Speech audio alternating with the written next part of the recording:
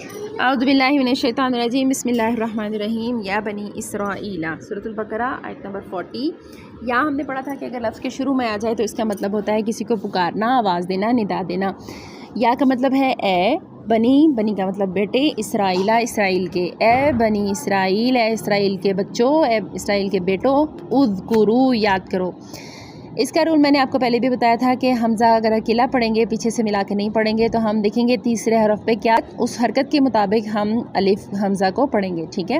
اب تیسرا حرف جو ہے اس کے اوپر پیش ہے تو ہم الف پہ بھی پیش پڑھیں گے، اگر اس پہ زبر ہوتی تو بھی ہم الف پہ پیش پڑھتے، اور اگر اس کے نیچے زیر ہے تو پھر ہم اس کے اوپر نیچے زیر پڑھیں گے۔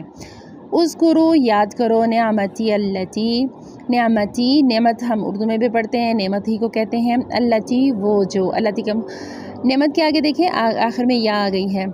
یا میں نے آپ کو بتایا تھا کہ اگر لفظ کے آخر میں یا آ جاتی ہے تو اس کا مطلب ہوتا ہے میری، وہ چاہے مذکر کی ہو یا مؤنث کی۔ اللتی وہ جو، انعمت انعام کی میں نے، تا آخر میں پیش آ گئی، تا پیش آ گئی ہے جس کو ہم نے پہلے پڑھا تھا کہ اس کا مطلب ہوتا ہے میں۔ تا کے اگر اوپر زبر آ جائے تو اس کا مطلب ہے تو ایک مذکر، اور تا کے نیچے زیر آ جائے تو اس کا مطلب ہے تو ایک مؤنث۔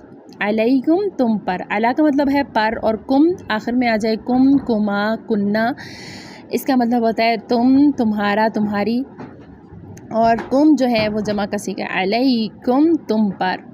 واو کا مطلب ہم پہلے بھی کئی بار پڑھ چکے ہیں جس کا مطلب ہے اور۔ اوفو، اوفو کا لفظ وفا سے ہے جو اردو میں بھی استعمال کرتے ہیں نا، وعدہ وفا کرنا، تو پورا کرنا، ٹھیک ہے۔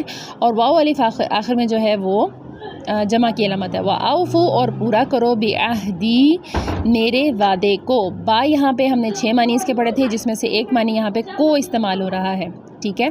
عہد کا لفظ اردو میں بھی استعمال ہوتا ہے، ٹھیک ہے، عہد وفا، ٹھیک ہے، اور اس کا مطلب ہے وعدہ، اور آخر میں یا آ گئی ہے جس کا مطلب ہے میرا، میری، میرے۔ اوفی میں پورا کروں گا، بِعَہْدِکُم تمہارے وعدے کو۔ با کا لفظ یہاں پہ جو ہم نے 6 معنی پڑھے تھے ان میں سے کو کے معنی میں آ رہا ہے، اور عہد کا مطلب ہے عہد، اور کم کا مطلب ہے تمہارے۔ وَإِيَّايَ اور صرف مجھ سے ہی۔